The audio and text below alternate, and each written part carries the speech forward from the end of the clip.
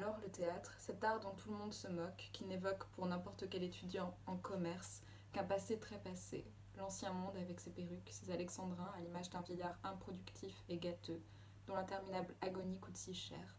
Cet art que les bureaucrates sensibilisés, effrayés à l'idée d'être ringards, scrutent à l'aune d'une théologie macabre, pour qui tel pan de sa pratique, de son histoire, est définitivement obsolète, qui s'enthousiasme pour des nouvelles et bientôt déjà vieilles technologies, s'extasie devant des modernités qui ne sont que des anecdotes de l'époque.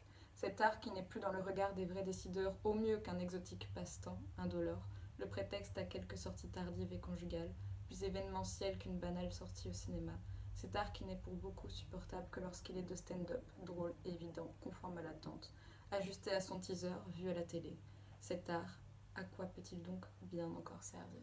Bonjour à tous, aujourd'hui j'avais envie de vous parler du livre d'Olivier Neveu qui s'appelle Contre le théâtre politique parce que le théâtre politique c'est juste le genre que je préfère au théâtre.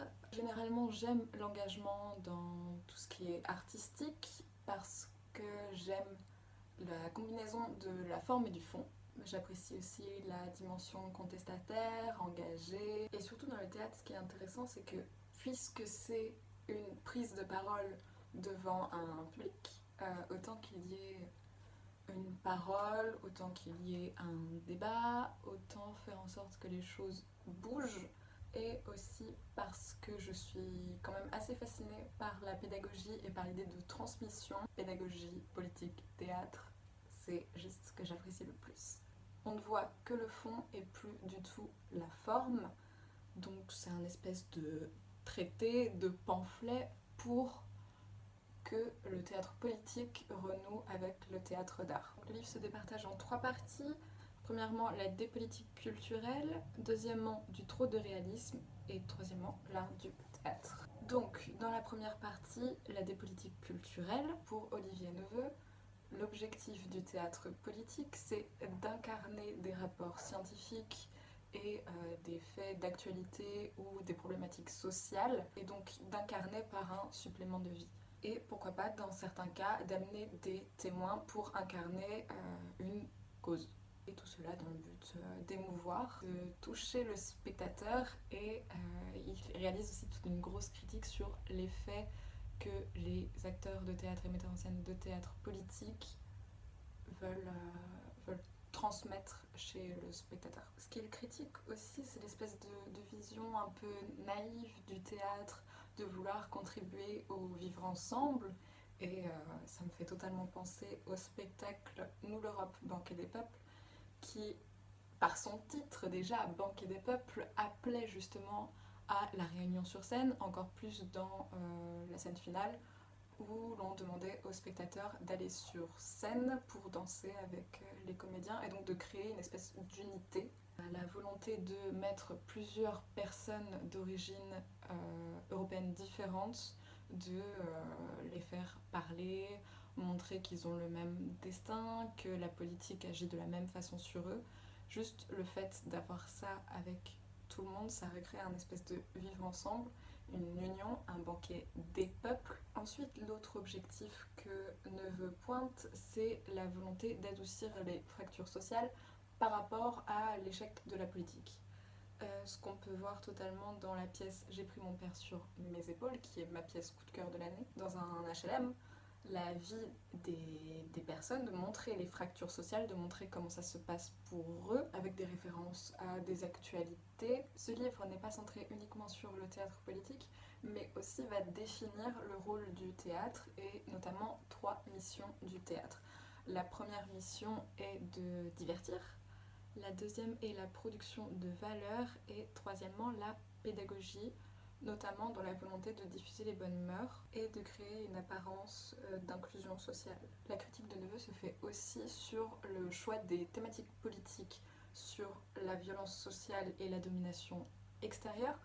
Et dans la dépolitique culturelle, il va aussi mettre le doigt sur le problème du militantisme au théâtre. C'est assez rare finalement qu'il y ait un véritable engagement politique et les comédiens, les metteurs en scène n'affichent pas en fait leur opinion politique. Vraiment, il prend l'exemple de Nuit debout où beaucoup de personnalités sont allées, mais pas du tout de personnes du milieu du théâtre. Le deuxième chapitre s'appelle Du trop de réalisme. Il va utiliser l'exemple de Ça ira de Pomera, que j'ai pu voir en 2017, qui est sur la fin du règne de Louis XVI et la création de l'Assemblée nationale. C'est un travail plus historique, où l'on enlève la dominante historique. En fait, les costumes sont actuels, la langue est actuelle, il y a quelques évocations politiques, mais ça tourne plus autour de la création véritable de l'Assemblée nationale, de la prise de parole. Pomera se défend d'avoir créé un spectacle politique, mais plutôt d'avoir fait un spectacle sur la politique. Ce qui était intéressant dans ce spectacle, c'est que les comédiens étaient dans les rangées de spectateurs pour faire en sorte que le spectateur se sente concerné et ait l'impression de créer aussi l'Assemblée nationale. Parce que en fait, ça reprenait vraiment la forme de l'Assemblée, et donc les prises de parole se faisaient juste à côté de nous. Il y avait un espèce de brouhaha ambiant qui recrée bien justement l'ambiance de l'Assemblée nationale. Seulement, ça ne met pas vraiment le spectateur en situation active, parce qu'il n'y avait aucune intervention de la part des spectateurs, mais plutôt dans un rôle passif et d'écoute un peu plus attentive. Et dans ce spectacle, il n'y a aucune critique de la politique. Olivier Neveu se demande comment rendre les œuvres utile. Comment faire en sorte qu'une pièce politique ait un impact sur un spectateur. Pour cela, il prend en compte la dimension pédagogique, mais aussi il va se servir de la question du populaire. En plus de tout ça, il va critiquer la possible objectivité du théâtre documentaire, qu'il qualifie plutôt de théâtre documenté, en défendant le fait que le contenu n'est pas vierge. Qu'un travail documentaire est forcément un travail subjectif, qu'il cherche à montrer quelque chose à travers un regard qui est celui du metteur en scène, du dramaturge et des comédiens. Dans ce livre, il montre aussi les dangers du théâtre politique, notamment dans les sujets abordés, que ce soit la pauvreté, le racisme ou la misère. En fait, le théâtre politique a un taux assez élevé de pathos et de pathétique et d'émotion, notamment grâce au témoignage, qui relève plus en fait de l'émotion que du regard critique ou de la pédagogie. Parce que l'objectif est en fait d'avoir une prise de conscience, sauf que ça s'arrête là en fait, il n'y a pas plus de recherche. Et le deuxième risque, c'est celui de l'élitisme. Parce que lorsque l'on est explicateur, quand on est pédagogue, on part du principe que l'autre ne sait pas. Et donc il y a une espèce de position absolument pas égalitaire qui pourtant est recherchée dans le théâtre politique. Et ça se montre notamment dans le parallèle que font les metteurs en scène et dramaturges entre le destin des personnages sur scène et les contemporains qui regardent. Comme par exemple dans la pièce Architecture de Pascal Rambert. Olivier Neveu met aussi en garde le théâtre politique sur la volonté de produire un effet, parce que lorsque l'on se concentre sur un effet, on ne se concentre absolument pas sur l'intelligence critique d'un spectateur, et donc ça lui donne un rôle complètement passif. Dans Du trop de réalisme, Olivier Neveu va parler du réalisme engagé, théorisé par Ostermeyer, qui se bat justement pour inscrire la réalité dans le théâtre, qu'on peut voir notamment avec Retour à Reims, et bientôt avec Histoire de la violence d'Édouard Louis qui va monter au théâtre de la ville. Sauf que Neveu part du principe que se soumettre à l'apparence de la réalité en fait est au cœur du jeu. L'objectif est donc la mimésis, et le fait de vouloir inscrire trop de réalité peut casser justement l'effet de réalité fictive qui est au cœur du théâtre politique pour montrer une réalité transformable et modifiable. Parce que l'objectif n'est pas d'interpréter la réalité, mais de transformer l'expérience du réel. Pour ne pas simplement rester dans un effet de ressemblance, mais bien de discours sur une réalité modifiable et transformable.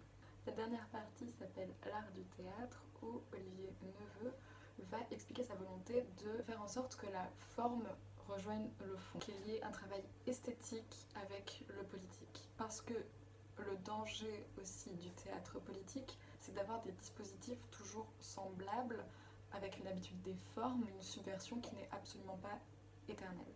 Parce que, par exemple, si on prend le cas de la nudité qui se voudrait politique, qu'on peut retrouver dans Je suis Fassbinder, dans Les damnés avec la volonté de choquer. En fait, puisque ça se fait beaucoup, la subversion n'existe plus. On prend aussi l'exemple du dispositif bifrontale, qui est une adresse directe au public, qui devait être à l'origine émancipateur, démocratique et égalitaire, sauf qu'en fait ça l'est pas réellement, ça prend plus un rôle d'explication et d'interpellation qui par habitude en fait se ferme automatiquement. Le théâtre politique ne doit pas s'opposer au théâtre d'art parce que de montrer une réalité brute, c'est déjà un choix esthétique en soi. Il ne faut pas délaisser l'esthétique au profit du fond parce que les codes du théâtre politique donc sont la frontalité, le plateau presque nu, la projection et la conscience du fictif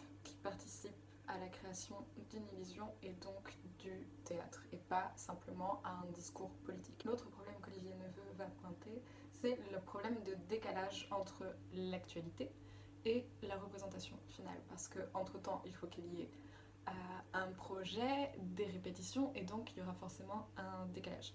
Ça me faisait penser à Je m'en vais, mais les têtes demeurent, Duc du Chêne, où justement l'actualité est au cœur en fait du principe. Donc le décalage dans la création n'est pas problématique puisqu'il va reprendre tout depuis l'élection de Macron, depuis la campagne présidentielle jusqu'aujourd'hui. Et Neveu insiste sur le fait que le théâtre ne remplace pas l'action, qu'elle ne lui est pas supérieure, parce que même s'il s'agit d'art, elle n'est pas supérieure à l'action politique. Il insiste sur le fait que ce soit seulement une phase préliminaire, donc une prise de conscience. Il va aussi insister sur le fait que la politique ne doit pas être réduite à des discours, ce que j'avais pu déplorer dans Recreating Europe d'Ivo Vanov sur l'Europe, où c'était simplement des comédiens qui venaient lire des discours politiques, chacun leur tour, et de les mettre en parallèle. C'est ce que je trouvais très intelligent dans Qui a tué mon père d'Édouard Louis, mis en scène par Stanislas Nordet, c'est-à-dire qu'on voyait sur scène la politique qui prenait le pas sur le corps en fait du père d'Édouard Louis, même s'il y avait toute cette volonté de citer des noms, il y avait aussi la volonté d'incarner la politique, de montrer comment la politique avait un effet sur le corps. Alors voilà, c'était un petit résumé de Contre le théâtre politique d'Olivier Neveu que je vous conseille absolument. C'est un livre incroyable qui pose de vraies questions sur le théâtre politique, qui n'est pas si théorisé que ça. Je vous conseille absolument d'aller voir des pièces politiques l'année prochaine. Il y en a beaucoup. Vous pouvez aussi me suivre sur Instagram, sur @pleinchamp. Si vous avez aimé cette vidéo, je vous invite à mettre un like, de la partager, de vous abonner. A bientôt pour d'autres vidéos sur le théâtre.